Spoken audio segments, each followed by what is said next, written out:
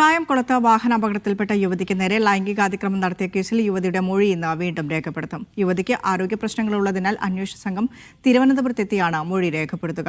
ആശുപത്രിയിലെത്തി പ്രതി ഭീഷണിപ്പെടുത്തിയെന്ന പരാതിയിൽ അന്വേഷണത്തിന് ശേഷം കൂടുതൽ വകുപ്പുകൾ ചുമത്തും. കായംകുളത്ത് അപകടത്തിൽപ്പെട്ട 25-കാരിക്ക് നേരെയുണ്ടായ അതിക്രമത്തിൽ യുവതിയുടെ മൊഴി പോലീസ് ഒന്നുകൂടി രേഖപ്പെടുത്തും. അപകടത്തിന് ശേഷം ആശുപത്രിയിലെത്തിച്ച യുവതിയോട് പ്രതി സിനിൽ ഭീഷണിപ്പെടുത്തിയിരുന്നു എന്ന് യുവതി പോലീസിന് മൊഴി നൽകിയിരുന്നു. ഈ മൊഴിയിലുൾപ്പെടെ കൂടുതൽ അന്വേഷണം നടത്തി സിനിലിനെതിരെ കൂടുതൽ വകുപ്പുകൾ ചുമത്തും. യുവതിക്ക് യാത്ര ചെയ്യാൻ ബുദ്ധിമുട്ടുള്ളതിനാൽ കായംകുളം ഡിവൈഎസ്പി യുവതിയുടെ വീട്ടിലെത്തി മൊഴി രേഖപ്പെടുത്തും. പരിശോധിച്ച ഡോക്ടറുടെയും അന്ന് ആശുപത്രിയിൽ കൂടെ ഉണ്ടായിരുന്നവരുടെയും അടക്കം മൊഴിയെടുക്കും. ആശുപത്രിയിലെ CCTVയും പരിശോധിക്കും. യുവതിയുടെ രഹസ്യമൊഴി എടുക്കുന്നതിനായി ആലപ്പുഴ CJM കോടതി മാവേലിക്കര മജിസ്ട്രേറ്റിന് നിർദ്ദേശവും നൽകിയിട്ടുണ്ട്. സംഭവത്തിൽ മനുഷ്യാവകാശ കമ്മീഷനും കേസെടുത്തു. 15 ദിവസത്തിനകം റിപ്പോർട്ട് കൈമാറാൻ ജില്ലാ പോലീസ് മേധാവിക്ക് മനുഷ്യാവകാശ കമ്മീഷൻ നിർദ്ദേശം നൽകി. മീഡിയ 1 ആലപ്പുഴ.